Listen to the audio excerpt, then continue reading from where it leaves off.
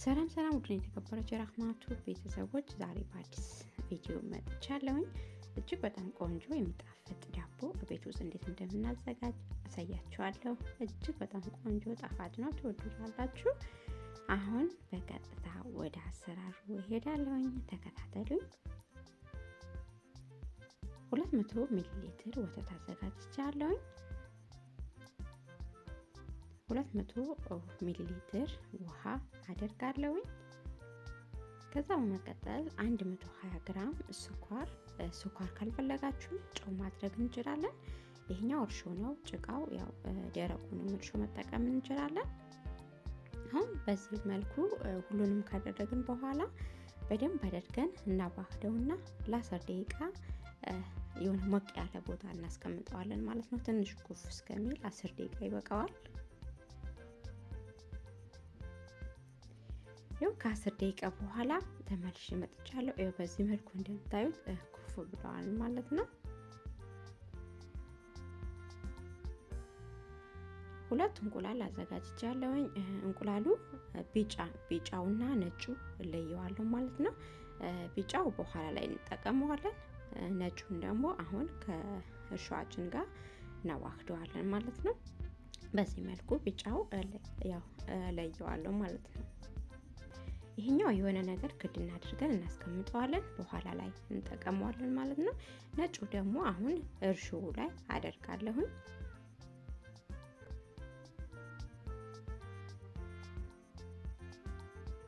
ይሄ 90 ሚሊ ሊትር ዘይት ነው።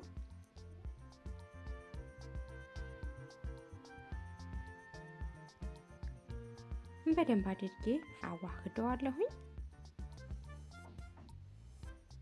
ያው በዚህ መልኩ በደንብ አዋህጀዋለሁኝ። አሁን 400 ግራም ዱቄት አዘጋጅቻለሁ። ያዘጋጀሁት ዱቄት ወደ እርሾ ላይ አደርጋለሁኝ። አሁን በደንብ አድርጌ አዋህደዋለሁኝ። 400 ግራም ዱቄት አድርጌ በዚህ መልኩ እንደዚህ አዋህጀዋለሁኝ።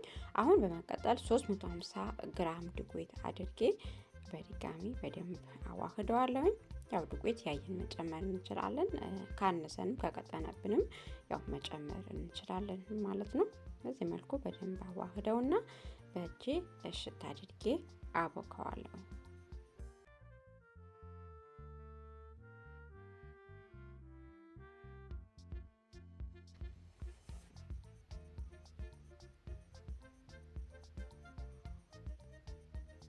አሁን ማቦካበት ቦታ ትንሽ ዱቄት አድርጌበታለሁ ከስር እንዳይዝ ማለት ነው።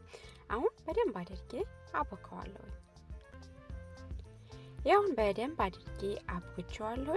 አሁን በዚህ መልኩ ክብ አድርገን ካስቀመጥነው በኋላ 8 ቦታ እንቆርጠዋለን ማለት ነው። ግማሹ 4 ቦታ፣ ግማሹ 4 ቦታ፣ 8 ቦታ አድርገን እንቆርጠዋለን።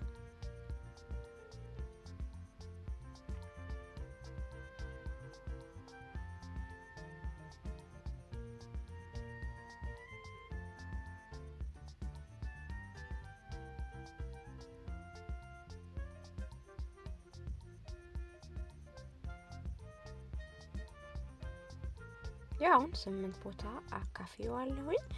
ከዛ እንደዚህ ጥቅልል አድርገን ክብ አድርገን ያው እናስቀምጠዋለን ማለት ነው። አድበል ብለን እንደዚህ እናስቀምጣለን። የምናስቀምጥበት ነገር ጣውላ ሊሆን ይችላል፣ ትሪ ሊሆን ይችላል። ከስር እንዳይዝብን ዱቄት እንበትንበታለን። ከዛ በዚህ መልኩ እንደዚህ ሁሉንም አድበል ብለን ያው ጨርሳለሁ ማለት ነው። ጨርስ ተመልሼ እመጣለሁ። ያው በዚህ መልኩ ሁሉም አድበል ብዬ ጨርሻለሁኝ። አሁን ፌስታል ወይም ጨርቅ አድርገን ለ15 ደቂቃ እናቆየዋለን። ያው ከ15 ደቂቃ በኋላ በዚህ መልኩ እንደዚህ ኩፍ ብሏልኝ ማለት ነው። አሁን ከስር ምሰራበት ቦታ ትንሽ ዱቄት አደርጋለሁኝ እንዳይዝብኝ ማለት ነው። ከዛ በእጄ እንደዚህ ለጥ ካደረኩት በኋላ ያው ግዴታ ዱቄት እናደርጋለን። ዱቄት ስናደርግ በጣም ነው የሚዘለጠጠው ማለት ነው እና በጣም ቀጭን እስከሚሆን በጣም ስስ እስከሚሆን ድረስ እንዳምጠዋለን። ያው በዚህ መልኩ በደንብ አድርጌ ዳምጫዋለሁ ማለት ነው። አሁን ከላይ ዘይት እናደርጋለን። ዘይት በዚህ መልኩ እንደዚህ ዘይት እንቀባዋለን።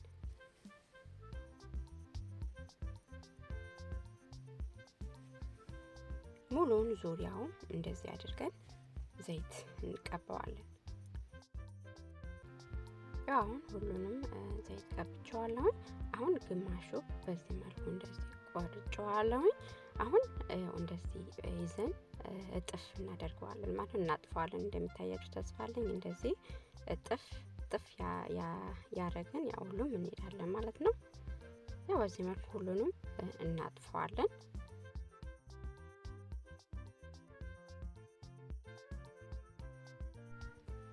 አሁን በዚህ መልኩ ካጠፍነው በኋላ አሁን እንጠቀልለዋለን። ያው በዚህ መልኩ የጠቀለን ጥቅልል ያደረግን እንሄዳለን ማለት ነው።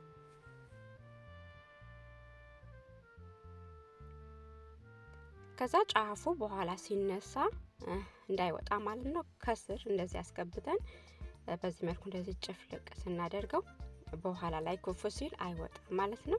ይሄው እንደምታዩት በጣም ነው ደስ የሚለው ማለት ነው። ያኛውም እንደዛ ቅድም እንዳደረኩት አደርገዋለሁ። አሁንም እንዳይፈታብን በኋላ ላይ ያው እንዳይነሳ ማለት ነው ከስር አድርገን ጭፍልቅ አድርገን በዚህ መልኩ ነው የምናዘጋጀው ማለት ነው። እጅግ በጣም ነው የሚጣፍጠው። በጣም ስስ ነው። በጣም ነው ደስ የሚለው። ለስላሳ ነው።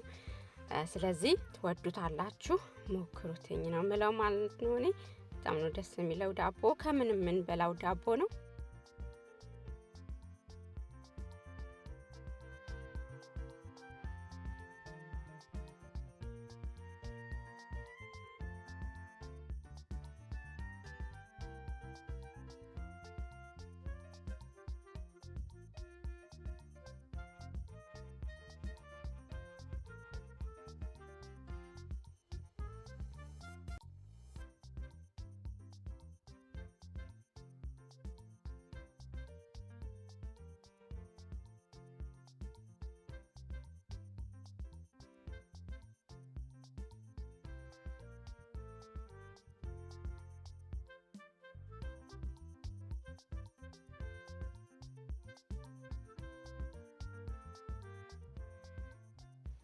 ያው በዚህ መልኩ ጨርሻለሁ።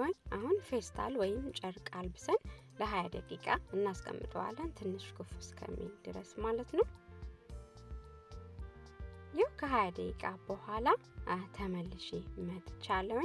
ያው በዚህ መልኩ ኩፍ ብሏልኝ እንደምታዩት ትንሽ ደቂቃ ነው የሚበቃው። ሞቅ ያለ ቦታ ከሆነ ትንሽ ደቂቃ ይበቃዋልኝ። ያው አሁን ቅድም ያስቀመጥኩትኝ እንቁላል አለ ቢጫው ማለት ነው።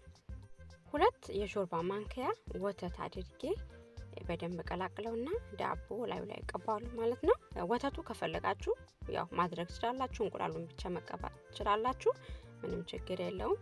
እና መጀመሪያ ላይ ኦፍናችን ከፍተን ያው መሞቅ አለበት ማለት ነው። እንቁላሉ ዳቦ እስከምንቀባው ድረስ እንከፍተውና ያው መሞቅ አለበት ማለት ነው። ያው በዚህ መልኩ ዙሪያውን በደንብ እንቀባዋለን። ትንሽ ደቂቃ ነው የሚበቃው። 10 ደቂቃ 15 ደቂቃ ይበስላል ማለት ነው።